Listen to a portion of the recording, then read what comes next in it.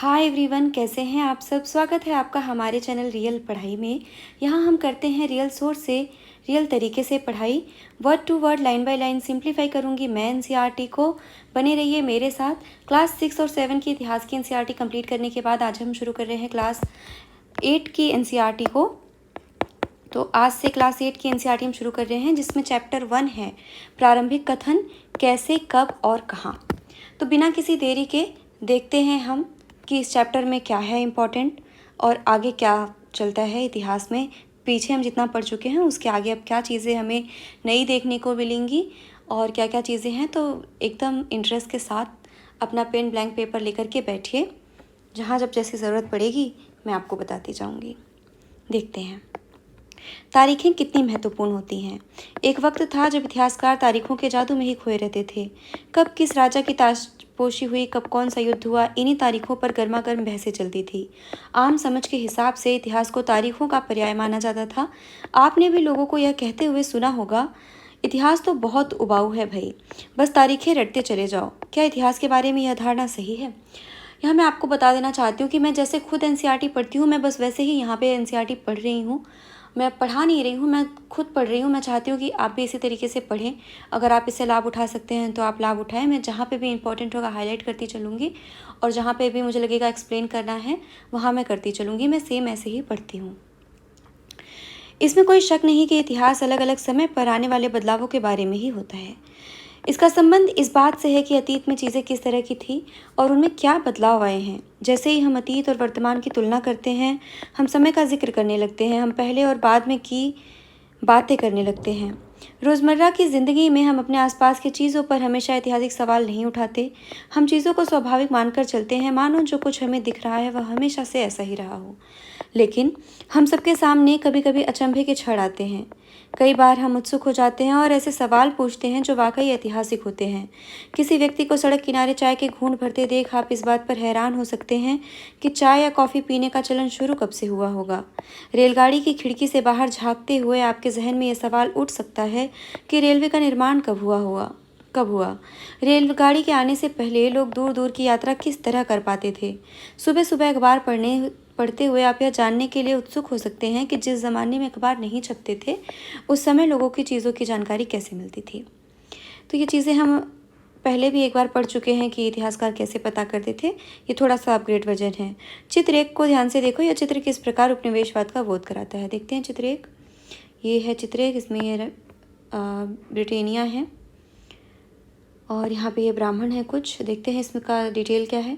ब्राह्मण ब्रिटेनिया को शास्त्र भेंट कर रहे हैं। जेम्स रेनेल द्वारा तैयार किए गए पहले नक्शे का आवरण चित्र 1782 में रॉबर्ट क्लाइव ने रेनेल को हिंदुस्तान के नक्शे तैयार करने का काम सौंपा था। भारत पर अंग्रेजों की विजय के समर्थक रेनेल को वर्चस्व स्थापित करने की प्रक्रिया में नक्शे तैयार करना बहुत महत्वपूर्ण लगता था। इस तस्वीर में दिखाया गया है कि भारत के लोग शिक्षापूर्वक अपने प्राचीन पवित्र ग्रंथ ब्रिटिश सत्ता की प्रतीक ब्रिटेनिया को सौंप रहे हैं, मानो वे उसे भारतीय संस्कृति की रक्षा के लिए आने का आग्रह कर रहे हों। तो इस तरीके से दिखाया जाता था कि हम जैसे खुद ही सौंप रहे हैं अपने देश को। चित्र जो हैं ये बहुत ज़्यादा अर्थपूर्ण होते हैं, इन्हें ध्यान से देखना है। सारे ऐतिहासिक सवाल हमें समय के बारे में सोचने के लिए प्रेरित कर देते हैं। समय को हमेशा साल या महीनों के पैमाने पर ही नहीं देखा जा सकता। कई बार ऐसी प्रक्रियाओं के लिए कोई तारीख तय करना वाकई गलत होता है, जो एक लंबे समय तक चलती रहती है। भारत में लोगों ने अचानक एक दिन सुबह सवेरे चाय पीना शुरू नहीं कर दिया था। इसका स्वाद धीरे धीरे ही उनकी ज़बान पर चढ़ा था। इस तरह की प्रक्रियाओं के लिए कोई स्पष्ट तिथि नहीं हो सकती। इस तरह हम ब्रिटिश शासन की स्थापना के लिए भी कोई एक तिथि नहीं बता सकते। राष्ट्रीय आंदोलन किस दिन शुरू हुआ या अर्थव्यवस्था या समाज में किस दिन बदलाव आए, यह बताना भी संभव नहीं है। ये सारी चीज़ें एक लंबे समय में घटती हैं। ऐसे में हम सिर्फ एक अवधि की ही बात कर सकते हैं, एक लगभग सही अवधि के बारे में बता सकते हैं जब वे खास बदलाव दिखाई देने शुरू हुए होंगे। तो फिर लोग इतिहास को तारीखों से जोड़कर क्यों देखते हैं? इस जुड़ाव की एक वजह है। एक समय था जब युद्ध और बड़ी बड़ी घटनाओं के ब्यौरों को ही इतिहास माना जाता था। यह इतिहास राजा महाराजाओं और उनकी नीतियों के बारे में होता था। इतिहासकार ये लिखते थे कि कौन से साल राजा को ताज पहनाया गया, किस साल उसका विवाह हुआ, किस साल उसके घर में बच्चा पैदा हुआ, कौन से साल उसने कौन सी लड़ाई लड़ी, वह कब मरा और उसके बाद वह कब कौन सा शासक गद्दी पर बैठा। इस तरह की घटनाओं के लिए निश्चित तिथि बताई जा सकती है और इस तरह के इतिहासों में तिथियों का महत्व बना रहता है। जैसा कि पिछले 2 साल की इतिहास की किताबों में आपने देखा है, अब इतिहासकार बहुत सारे दूसरे मुद्दों और दूसरे सवालों के बारे में भी लिखने लगे हैं।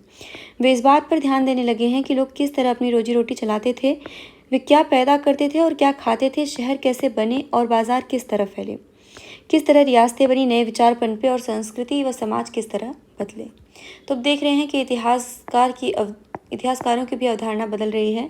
इतिहास तारीखों से हट करके अब इन बातों पे आ रहा है कि बदलाव कैसे हो रहे हैं, कैसे चीज़ें, संस्कृति कैसे बदल रही है, नए विचार कैसे पनप रहे हैं। चित्र 2 देखते हैं। यह है famous all over the world Lipton T. Lipton T आप जानते होंगे, कॉफ़ी प्रोविज़न। यहाँ पे देखते हैं इसके डिटेल के बारे में क्या है। विज्ञापनों से भी पसंद नापसंद तय होती है। पुराने विज्ञापनों से हमें यह समझने में मदद मिलती है कि नए उत्पादों के लिए बाजार किस तरह तैयार हुए होंगे, कि वही नए बाजार कैसे बने, कैसे रुचियाँ डेवलप की गई और किस तरह नई रुचियाँ चलन में आई। 1922 में यह लिप्टन चाय के लिए तैयार किया गया। यह विज्ञापन इस बात की ओर संकेत करता है कि दुनिया भर के शाही लोग यही चाय पीते हैं। इस तस्वीर में पीछे की तरफ भारतीय महल दिखाई दे रहा है, जबकि अगले हिस्से में ब्रिटेन की रानी विक्टोरिया का तीसरा बेटा राजकुमार आर्थर घोड़े पर बैठा हुआ। राजकुमार आर्थर को ड्यूक ऑफ कनाट की पदवी दी गई थी। तो ये जो इम्पोर्टेंट है मैंने वहाँ हाईलाइट कर दिया है। ये हैं राजकुमार आर्थर, ड्यूक ऑफ कनाट जिनको बोला गया है, और ये है लिप्टन टी का लोगो। कौन सी तारीखें? कुछ तारीखों को महत्वपूर्ण मानने का पैमाना क्या होता है? हम जो तारीखें चुनते हैं, जिन तारीखों के इर्द गिर्द हम अतीत की कहानी बुनते हैं, वे अपने आप में महत्वपूर्ण नहीं होती। वे इसलिए महत्वपूर्ण हो जाती हैं क्योंकि हम कुछ खास घटनाओं को महत्वपूर्ण मानकर चलने लगते हैं। अगर अध्ययन का विषय बदल जाता है, अगर हम नए मुद्दों पर ध्यान देने लगते हैं, तो महत्वपूर्ण तारीखें भी बदल जाती हैं। यानी कि तारीखें महत्वपूर्ण नहीं होती हैं, घटनाएं महत्वपूर्ण होती हैं। एक उदाहरण पर विचार कीजिए। भारत में ब्रिटिश इतिहासकारों ने जो इतिहास लिखे, उनमें हर एक गवर्नर जनरल का शासनकाल महत्वपूर्ण है। ये इतिहास प्रथम गवर्नर जनरल वारेन हेस्टिंग्स के शासन के शुरू होते थे और आखिरी वायसराय लॉर्ड माउंटबेटन के साथ खत्म होते थे। अलग अलग अध्यायों में हम दूसरे गवर्नर जनरलों Hastings, Wellesley, Bentinck, Dalhousie, Canning, Lawrence, Lytton, Ripon, Curzon, Hardinge, Irwin के बारे में भी पढ़ते हैं। इस इतिहास में गवर्नर जनरलों और वायसरायों को कभी न खत्म होने वाला सिलसिला ही छाया रहता था। यानी बीच का इतिहास कुछ ऐसा था जो कि गवर्नरों और वायसरायों पर केंद्रित हो गया था। इतिहास की इन किताबों में सारी तारीखों का महत्व इन अधिकारियों, उनकी गतिविधियों, नीतियों, उपलब्धियों के आधार पर ही तय होता था। यह ऐसे था मानो इन लोगों के जीवन के बारे में कोई ऐसी चीज़ नहीं थी जिसे जानना महत्वपूर्ण हो। यानी कि सिर्फ बस इनके जीवन की कोई ऐसी चीज़ नहीं थी जो महत्वपूर्ण इनको हो। इनकी सारी बस इनकी गतिविधि, नीति और उपलब्धियां क्या हैं, बस इन पे ही इनका जो है कंसंट्रेशन हो गया था। इन लोगों के जीवन का क्रम ब्रिटिश भारत के इतिहास में अलग अलग अध्यायों का विषय बन जाता था। क्या हम इसी दौर के इतिहास को अलग ढंग से नहीं लिख सकते? गवर्नर जनरलों के इस इतिहास के चौखटे में हम भारतीय समाज के विभिन्न समूहों और वर्गों की गतिविधियों पर किस तरह ध्यान दे सकते हैं, यही देखने वाली बात है कि हम अपना इतिहास उसमें किस तरीके से ढूंढेंगे जो इन गवर्नर जनरलों के इतिहास हैं। जब हम इतिहास या कोई कहानी लिखते हैं तो उसे टुकड़ों या अध्यायों में बांट देते हैं। हम ऐसा क्यों करते हैं? ऐसा इसलिए किया जाता है ताकि हर अध्याय में कुछ सामंजस्य रहे। इसका मकसद कहानी को इस तरह सामने लाना होता है कि उसे आसानी से समझा जा सके और याद रखा जा सके। इस प्रक्रिया में हम सिर्फ उन घटनाओं पर जोर देते हैं जो उस कहानी को पेश करने में मददगार होती है। जो इतिहास गवर्नर जनरलों के जीवन के इर्द गिर्द चलता है, उसमें भारतीयों की गतिविधियाँ कोई मायने नहीं रखती, उनके लिए वहाँ कोई जगह नहीं होती। तो फिर क्या किया जाए? जाहिर है हमें अपने इतिहास का एक अलग खाका बनाना पड़ेगा। इसका मतलब यह है कि अब जिन तिथियों को महत्व दिया जा रहा था वे महत्वपूर्ण नहीं रहेंगी, हमारे लिए नई तिथियां महत्वपूर्ण हो जाएंगी। यानी अब हम अपना इतिहास अपने तरीके से लिखेंगे। ये चित्र में है वारेन हेस्टिंग्स 1773 में पहले गवर्नर जनरल बने थे। इतिहास की ध्यान रहे गवर्नर जनरल, गवर्नर तो इसके पहले भी आ चुके थे, गवर्नर जनरल जो बने ये पहले थे। इतिहास की किताबों में गवर्नर जनरलों के कारनामे, जीवनियों में उनकी गौरव गाथाओं और तस्वीरों में उनके भव्य व्यक्तित्व को उभारा जाता था। हम अवधियां कैसे तय करते हैं, देखते हैं। 1817 में स्कॉटलैंड के अर्थशास्त्री, राजनीतिक दार्शनिक जेम्स मिल ने 3 विशाल खंडों में a history of British India, British Bharat का इतिहास नामक एक किताब लिखी। किताब बहुत इंपॉर्टेंट है, इसे ध्यान से देखें। इस किताब में उन्होंने भारत के इतिहास को हिंदू, मुस्लिम और ब्रिटिश 3 कालखंडों में बांटा था। इसका जिक्र पहले किया जा चुका है कि पिछले चैप्टर में जो कुछ इतिहासकार थे उन्होंने ऐसे 3 कालखंडों में बांटा था। वो इतिहासकार कौन थे? जेम्स मिल, स्कॉटलैंड के थे, अर्थशास्त्री थे और राजनीतिक दार्शनिक थे। कालखंडों के इस निर्धारण को ज़्यादातर लोगों ने मान भी लिया। क्या आपको भारतीय इतिहास को समझने के इस तरीके में कोई समस्या दिखाई देती है? इतिहास को हम अलग अलग कालखंडों में बांटने की कोशिश क्यों करते हैं? इसकी भी एक वजह है। हम एक दौर की खासियतों, उसके केंद्रीय तत्वों को पकड़ने की कोशिश करते हैं। इसलिए ऐसे शब्द महत्वपूर्ण हो जाते हैं जिनके सहारे हम समय को बांटते हैं। यानी किसी भी एक खास तत्व को पकड़ लेते हैं जो बहुत ज़्यादा उसमें अवेलेबल है। ये शब्द अतीत के बारे में हमारे विचारों को दर्शाते हैं। वे हमें बताते हैं कि एक अवधि से दूसरी अवधि के बीच आए बदलावों का क्या महत्व होता है। मिल को लगता था कि सारे एशियाई समाज सभ्यता के मामले में यूरोप से पीछे हैं। इतिहास की उनकी समझदारी ये थी कि भारत में अंग्रेजों के आने से पहले यहाँ हिंदू और मुसलमान तानाशाहों का ही राज चलता था। ये चारों ओर केवल धार्मिक बैर, जातिगत बंधन और अंधविश्वासों का ही बोलबाला था। यानी उनकी सोच ऐसी थी भारत के बारे में कि यहाँ सिर्फ धार्मिक बैर है, जातिगत बंधन है, अंधविश्वास वगैरह ही चल रहे हैं। गतिविधि: अपनी माँ या परिवार के किसी अन्य सदस्य से बात करके उनके जीवन के बारे में पता लगाएं। अब उनके जीवन को अलग अलग कालखंडों में बांटें और प्रत्येक अवधि की महत्वपूर्ण घटनाओं की सूची बनाएं। स्पष्ट करें कि अपने कालखंडों को किस तरह तय किया है। मिल की राय में ब्रिटिश शासन भारत को सभ्यता की राह पर ले जा सकता था। इस काम के लिए ज़रूरी था कि भारत में यूरोपीय शिष्टाचार, कला, संस्थानों और कानूनों को लागू किया जाए। मिले तो यहाँ तक सुझाव दिया था कि अंग्रेजों को भारत के सारे भूभाग पर कब्जा कर लेना चाहिए ताकि भारतीय जनता को ज्ञान और सुखी जीवन प्रदान किया जा सके। उनका मानना था कि अंग्रेजों की मदद के बिना हिंदुस्तान प्रगति नहीं कर सकता। कैसा मानते थे ये लोग? इतिहास की इस धारणा में अंग्रेजी शासन प्रगति और सभ्यता का प्रतीक था। अंग्रेजी शासन से पहले सारा अंधकार का दौर था। क्या इस तरह की धारणा को स्वीकार किया जा सकता है? बिल्कुल भी नहीं। क्या इतिहास के किसी दौर को हिंदू या मुसलमान दौर कहा जा सकता है? क्या इन सारे दौरों में कई तरह के धर्म एक साथ नहीं चलते थे? बिल्कुल चलते थे। कभी भी एक ही धर्म नहीं होता है, कभी भी एक ही टाइप के लोग नहीं होते हैं किसी भी समाज में। किसी युग को केवल उस समय के शासकों के धर्म के हिसाब से तय करना ज़रूरी क्या है? अगर हम ऐसा करते हैं तो इसका मतलब यह कहना चाहते हैं कि औरों के जीवन और तौर तरीकों का कोई महत्व नहीं होता। हमें याद रखना चाहिए कि प्राचीन भारत में सारे शासकों का भी एक धर्म नहीं होता था। यानी ये भी तो नहीं कह सकते कि सारे शासक एक ही धर्म के थे। और ज़रूरी तो थोड़ी ना कि सिर्फ शासक का ही जीवन इंपॉर्टेंट है, बाकी सारे लोगों का है नहीं। अंग्रेजों द्वारा सुझाए गए वर्गीकरण से अलग हटकर इतिहासकार भारतीय इतिहास को आमतौर पर प्राचीन, मध्यकालीन तथा आधुनिक कालखंडों में बांट कर देखते हैं।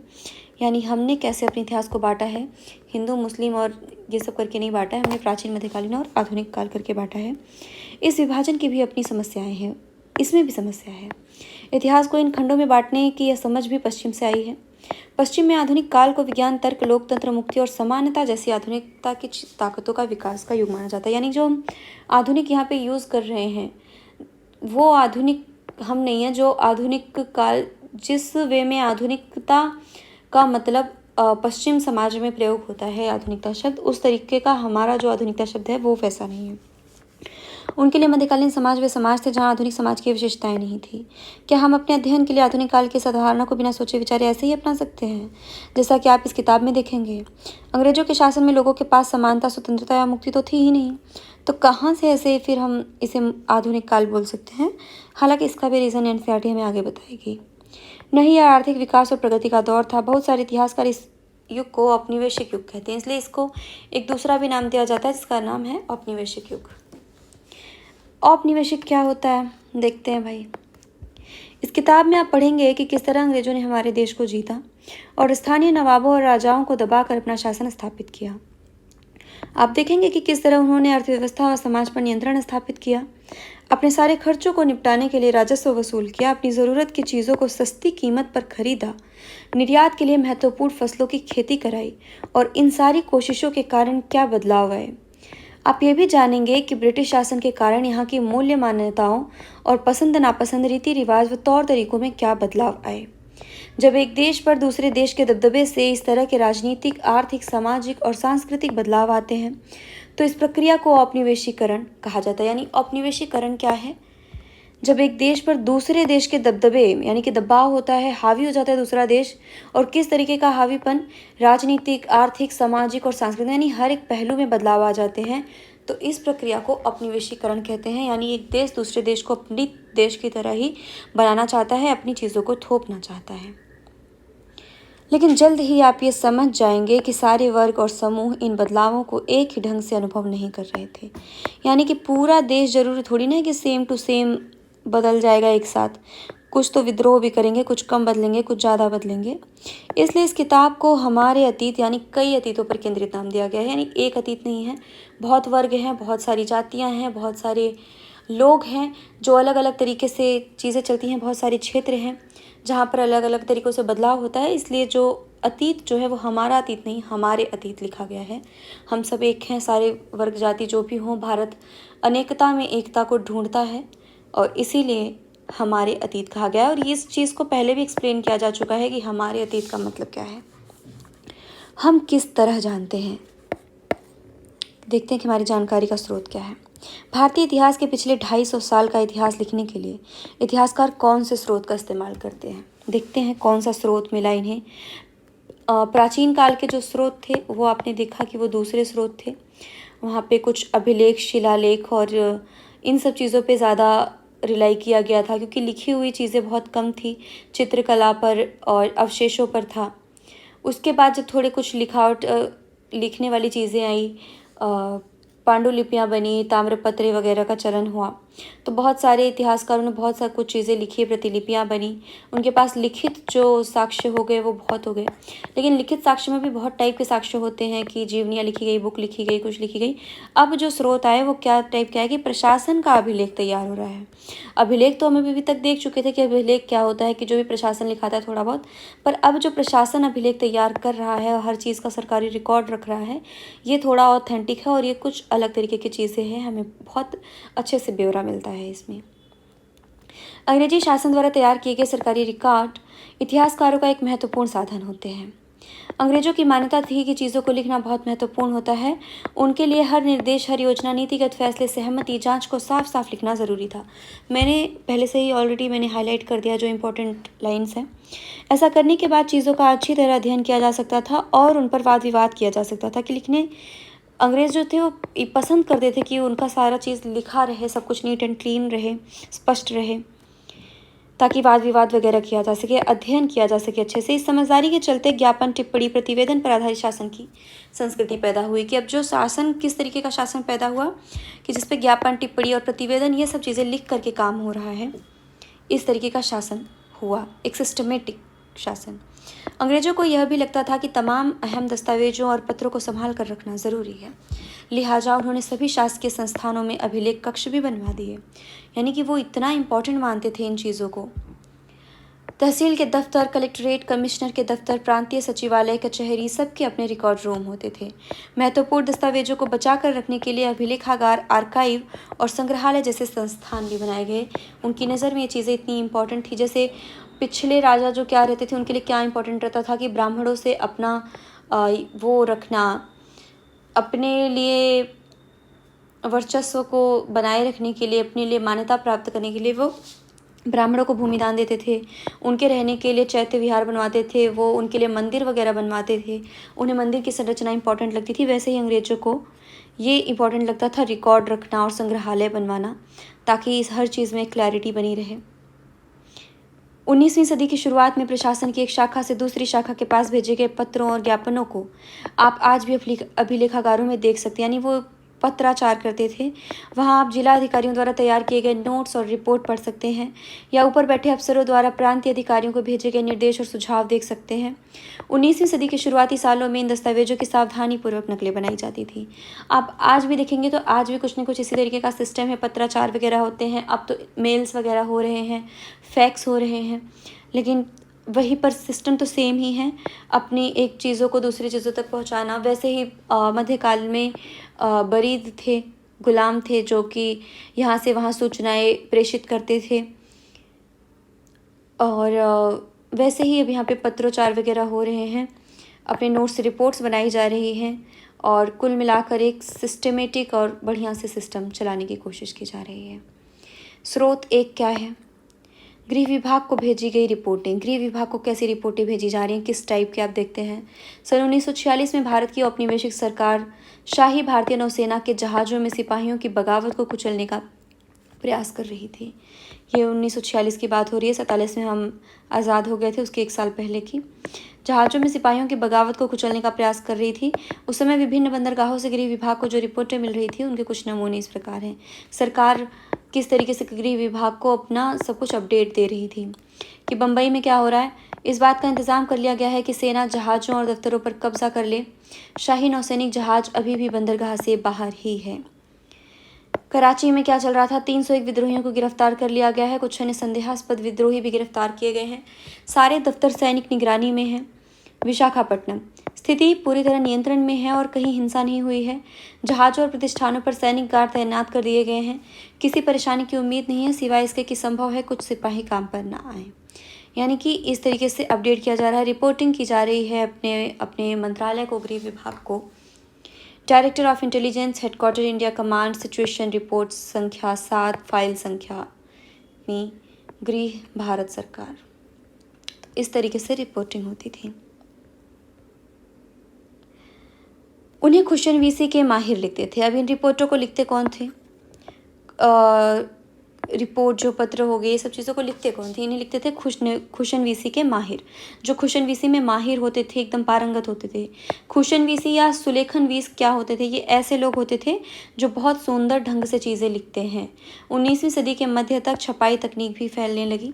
इस तकनीक के सहारे अब प्रत्येक सरकारी विभाग की कार्रवाइयों के दस्तावेजों की कई प्रतियां बनाई जाने लगी। आप देखेंगे कि मध्यकाल में जो थी वो लिखने की तकनीक आ गई थी, कागज़ उपलब्ध होने लगे थे, पर हाथ से ही लिखा जाता था और उसकी प्रतिलिपियां बनाई जाती थी। लेकिन अब क्या हो गया? अब छपाई खाना आ गया। कब? 19वीं सदी के मध्य तक, यानी कि कुछ 1850-57 के तक में आ गई थी छपाई तकनीक। और अब क्या हुआ कि प्रत्येक सरकारी विभाग की कार्रवाइयों के दस्तावेजों की कई प्रतियां बनाई जाने लगी। सर्वेक्षण का बढ़ता महत्व। अब देखते हैं सर्वेक्षण होता था। एक तो हमने देख लिया कि सरकारी रिकॉर्ड, अभिलेख, ये सब चीज़ें थी। प्रशासन का अभिलेख था स्रोत। दूसरा क्या है? सर्वेक्षण, जो इतिहासकारों का बनता है स्रोत। औपनिवेशिक शासन के दौरान सर्वेक्षण का चलन भी महत्वपूर्ण होता गया। अंग्रेजों का विश्वास था कि किसी देश पर अच्छी तरह शासन चलाने के लिए उसको सही ढंग से जानना जरूरी होता है। 19वीं सदी की शुरुआत तक पूरे देश का नक्शा तैयार करने के लिए बड़े बड़े सर्वेक्षण किए जाने लगे। गांवों में राजस्व सर्वेक्षण किए गए। इन सर्वेक्षणों में धरती की सतह, मिट्टी की गुणवत्ता, वहां मिलने वाले पेड़ पौधों और जीव जंतुओं तथा स्थानीय इतिहासों व फसलों का पता लगाया जाता था। यानी कि वो कितने अपग्रेड थे, शुरुआत में कितने वो एडवांस हो चुके थे कि उन्होंने सर्वेक्षण वगैरह का सिस्टम शुरू किया। और सर्वेक्षण भी किस तरीके के सर्वेक्षण कि हर ढंग से जानने का सर्वेक्षण, नक्शा बनाने से लेकर राजस्व का सर्वेक्षण।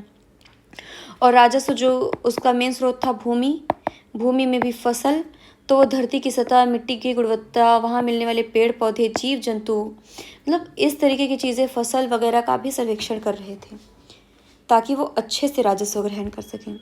अंग्रेजों की राय में किसी इलाके का शासन चलाने के लिए इन सारी बातों को जानना ज़रूरी था।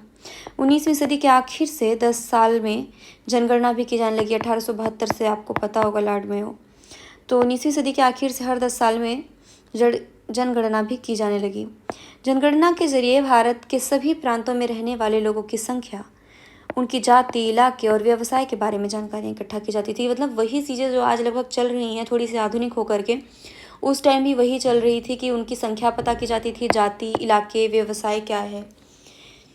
इसके अलावा वनस्पतिक सर्वेक्षण, प्राणी वैज्ञानिक सर्वेक्षण, पुरातत्वीय सर्वेक्षण, मानव शास्त्रीय सर्वेक्षण, वन सर्वेक्षण आदि कई दूसरे सर्वेक्षण भी किए जाते थे। यानी इतने एडवांस और अपग्रेड थे ये लोग कि सिर्फ जनता का ही सर्वेक्षण नहीं कर रहे हैं, ये वनस्पतिक सर्वेक्षण कर रहे हैं, प्राणी वैज्ञानिक सर्वेक्षण कर रहे हैं, पुरातत्वीय, कहीं ना कहीं मतलब आगे बढ़ने की उनकी जो एक अप्रोच थी वो तो थी ही कि वो चीज़ों में आगे बढ़ रहे थे, खोज कर रहे थे, वैज्ञानिक गतिविधियों से चीज़ों को कर रहे थे।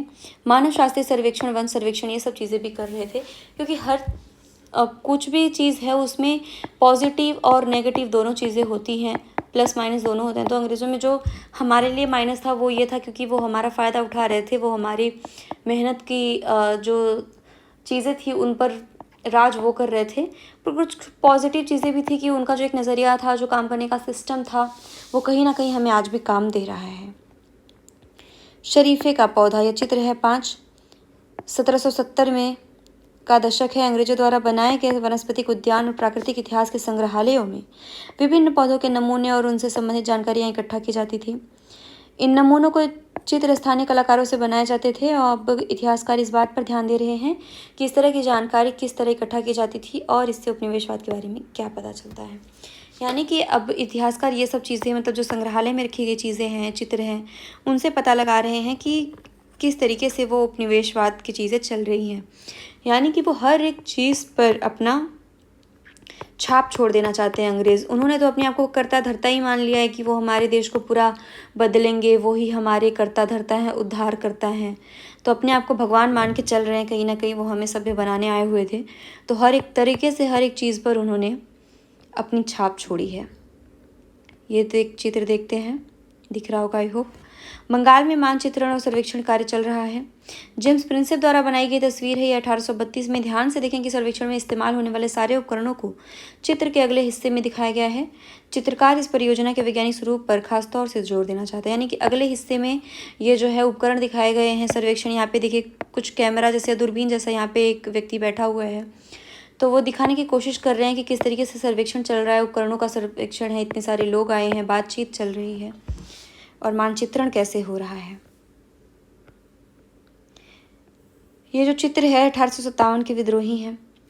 तस्वीरों को भी बहुत ध्यान से देखना चाहिए, उनमें हमें चित्रकार की सोच पता चलती है। अब इन तस्वीरों को देखिए, इससे चित्रकार की सोच पता चलेगी कि 1857 के विद्रोह के बाद अंग्रेजों द्वारा तैयार की गई सचित्र पुस्तकों में यह तस्वीर कई जगह दिखाई देती है। इस तस्वीर के नीचे लिखा होता था, बागी सिपाही लूट खसोट में लगे हुए हैं। अंग्रेजों की नज़र में विद्रोही जनता लालची, दुष्ट और बेरहम थी। इस विद्रोह के बारे में आप अध्याय 5 में पढ़ेंगे। यानी कि ये अभी हम इसमें डिटेल में पढ़ेंगे, पर एनसीईआरटी बता रही है कि जो चित्रकार थे वो अपने तरीके से इसको यूज़ करते थे। अब उनकी नज़र में जो ये जनता विद्रोह कर रही है वो लालची है, वो दुष्ट है, वो लूट खसोट में लगी हुई है।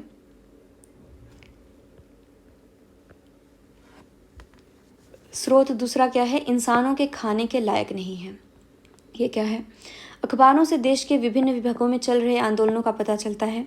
यहाँ 1946 में हुई पुलिस की एक हड़ताल की खबर दी गई है। वो भी जो हमने स्रोत एक पढ़ा था, वो भी 1946 में शाही नौसेना का कुछ विद्रोह था। अब ये पुलिस का विद्रोह है। दिल्ली में 2000 से ज़्यादा पुलिस वालों ने बृहस्पतिवार सवेरे अपने कम वेतन और पुलिस लाइंस बावर्ची खाने से आने वाले घटिया भोजन के खिलाफ खाना खाने से इनकार कर दिया।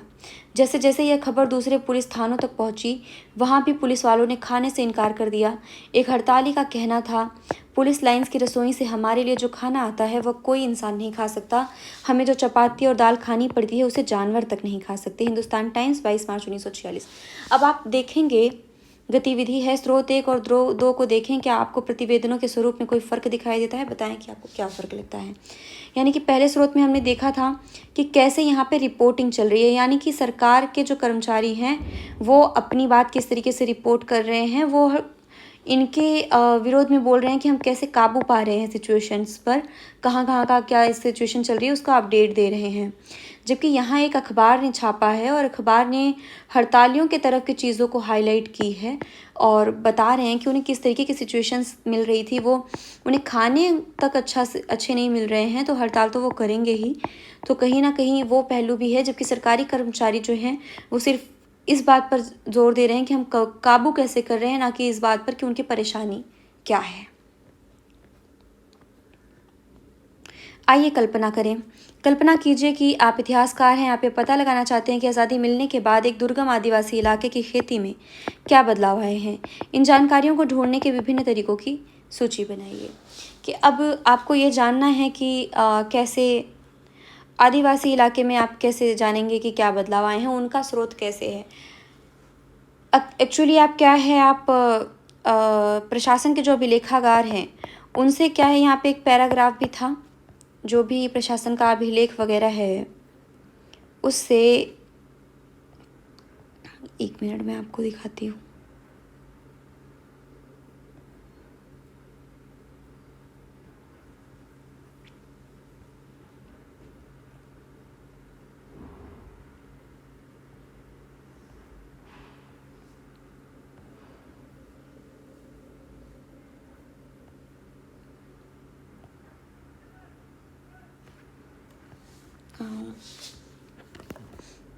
एक मिनट, यहीं पे कहीं पे वो पैराग्राफ था।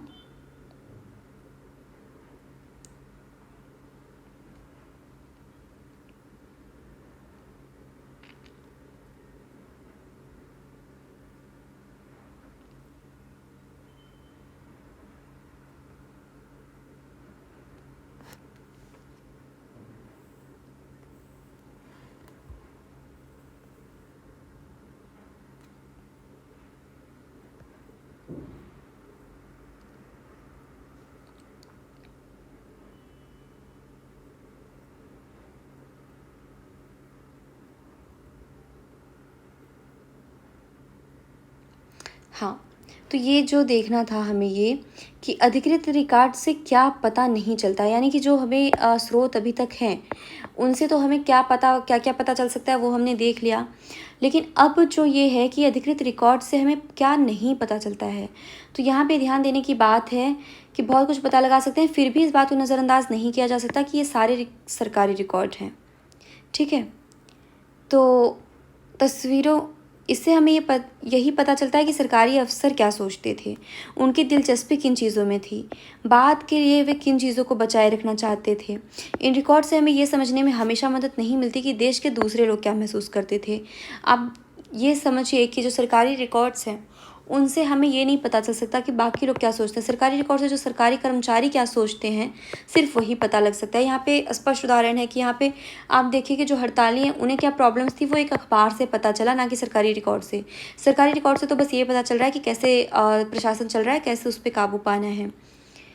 और जब हम ऐसे दूसरे स्रोतों की तलाश में निकलते हैं तो उनकी भी कोई कमी नहीं रहती, लेकिन सरकारी रिकॉर्ड्स के मुकाबले उन्हें ढूंढना ज़रा मुश्किल होता है। मतलब कि ज़रूरी नहीं है, सरकारी रिकॉर्ड्स तो ठीक है, सरकार की मंशा के बारे में बताते हैं, लेकिन दूसरे भी जो और भी दो स्रोत हैं उनकी भी कोई कमी नहीं है, हम उनके बारे में जान सकते हैं। क्या स्रोत हैं वो? इस लिहाज से लोगों की डायरियाँ, तीर्थ यात्राओं और यात्रियों के संस्मरण महत्वपूर्ण, लोगों की आत्मकथाएँ या स्थानीय बाजार में बिकने वाली लोकप्रिय पुस्तिकाएँ महत्वपूर्ण जाती, यानी इन सब चीज़ों से भी हम पता कर सकते हैं। जैसे जैसे छपाई की तकनीक फैली, अखबार छपने लगे और विभिन्न मुद्दों पर जनता में बहस भी होने लगी। नेताओं और सुधारकों ने अपने विचारों को फैलाने के लिए लिखा। कवियों और उपन्यासकारों ने अपनी भावनाओं को व्यक्त करने के लिए लिखा। लेकिन ये सारे स्रोत उन लोगों ने रचे हैं जो पढ़ना लिखना जानते थे। इनसे हम यह नहीं पता लगा सकते कि आदिवासी, किसान और खदानों में काम करने वाले मजदूर या सड़कों पर जिंदगी गुजारने वाले गरीब किस तरह अनुभवों से गुजर रहे थे। यानी कि सरकारी रिकॉर्ड से सरकारी लोगों के बारे में पता चलता है, जबकि अन्य भी जो रिकॉर्ड हैं जैसे डायरी वगैरह है, जो बुक्स है, नॉवेल्स है, साहित्यिक ग्रंथ है, अखबार हैं, उसमें भी हम उन्हीं लोगों का पता लगा सकते हैं जो कि इस सब चीज़ों से जुड़े हुए थे, जो कि पढ़ना लिखना जानते थे, जो इनमें भागीदारी लेना चाहते थे। लेकिन कुछ एक और वर्ग भी था जो आदिवासी थे, जो बिल्कुल अलग थलग थे, जो बहुत ही गरीब किसान थे, सड़कों पर गुजारा करने वाले, जो दिहाड़ी मजदूरी करने वाले, बेगार करने वाले लोग थे। उनका जीवन कैसा था वो हम नहीं पता लगा सकते, वो थोड़ा सा मुश्किल है। अपने पिछले चैप्टर्स में पढ़ रखा है कि एनसीईआरटी उन लोगों के बारे में कैसे पता लगाती थी, उनकी यूज़ की हुई चीज़ों से, उनके समुदाय में चल रही कोई परंपराओं से, या उनके बीच जो मौखिक परंपराएं चलती हैं, जो किस्से कहानियाँ चलती हैं, वो अपनी चीज़ों को आगे जिस तरीके से बढ़ाते हैं उनका ही सहारा लेकर के हम धीरे धीरे थोड़ा सा उनके बारे में पता करते हैं। बहुत स्पष्ट तो नहीं पता, लेकिन फिर भी उनके पास जो भी मौखिक ज्ञान होता है, मौखिक जो बातें होती हैं, उनकी स्मृतियों में जो होती हैं, उससे हम पता लगाते हैं। अगर हम थोड़ी और कोशिश करें तो हम इस बारे में भी जान सकते हैं। जैसे जैसे आप इस किताब में आगे बढ़ेंगे आपको बात समझ में आने लगेगी कि दुर्गम आदिवासी इलाके में खेती में क्या क्या बदलाव हैं, ये सब कैसे पता लगाया जाएगा, ये सब भी पता चल जाता है। ये सब जो क्वेश्चन आंसर है बहुत ही ईजी हैं, आप खुद से भी ट्राई कर सकते हैं। जैसे कि जेम्स मिल ने भारतीय इतिहास को हिंदू, मुस्लिम, ईसाई 3 कालखंडों में बांटा था, तो ये सही है।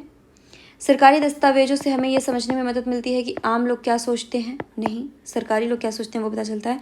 अंग्रेजों को लगता था कि सही तरह शासन चलाने के लिए सर्वेक्षण महत्वपूर्ण होते हैं, ये सही बात है। और ऐसे ही सारे क्वेश्चन हैं, ये सभी बहुत ईजी हैं, इनको आप करके देख सकते हैं। तो ये चैप्टर यहीं पर ख़त्म होता है। मैं कहूँगी कि अगर पिछले के चैप्टर अगर अभी तक आप लोगों ने नहीं पढ़े हैं तो उन्हें जा करके ज़रूर पढ़ लें, क्योंकि एनसीईआरटी एक सीक्वेंस में पढ़ाती है। जब आप पिछले के चैप्टर पढ़ेंगे तो आगे के चैप्टर बहुत इजी हो जाएंगे और इंटरेस्टिंग भी लगेंगे आपको। तो पिछले चैप्टर या पिछले क्लास की एनसीईआरटी को कंप्लीट करके आप ये एनसीईआरटी पढ़ेंगे तो आप एक कंप्लीट जो है इसका बेनिफिट ले पाएंगे। यहाँ तक बने रहने के लिए आप सबका बहुत बहुत धन्यवाद, बहुत बहुत शुक्रिया। मिलती हूँ मैं अगले वीडियो में अगले चैप्टर के साथ। तब तक के लिए विदा चाहती हूँ। आप सब तब तक अपना रिवीजन अच्छे से करते रहें, अपने जो बाकी के चैप्टर्स हैं उनको करते रहें। अपना ध्यान रखें, अपने घर परिवार का ध्यान रखें, खूब मन लगाकर पढ़ाई करें। बहुत बहुत शुभकामनाएं। आपका दिन शुभ हो।